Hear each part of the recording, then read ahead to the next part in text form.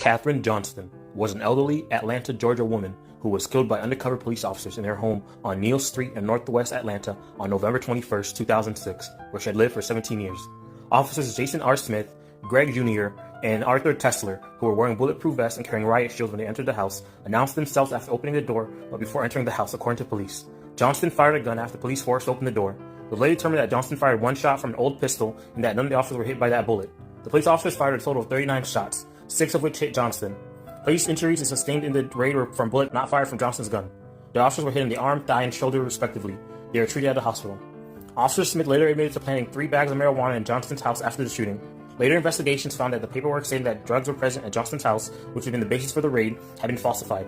The officers later admitted to having lied when they submitted cocaine as evidence, claiming they had bought it at Johnston's house. On February 24, 2009, U.S. District Judge Julie E. Carnes sentenced former officer Greg Jr. to 6 years in prison, Jason Smith to 10 years in prison, and Arthur Tessler to 5 years in prison.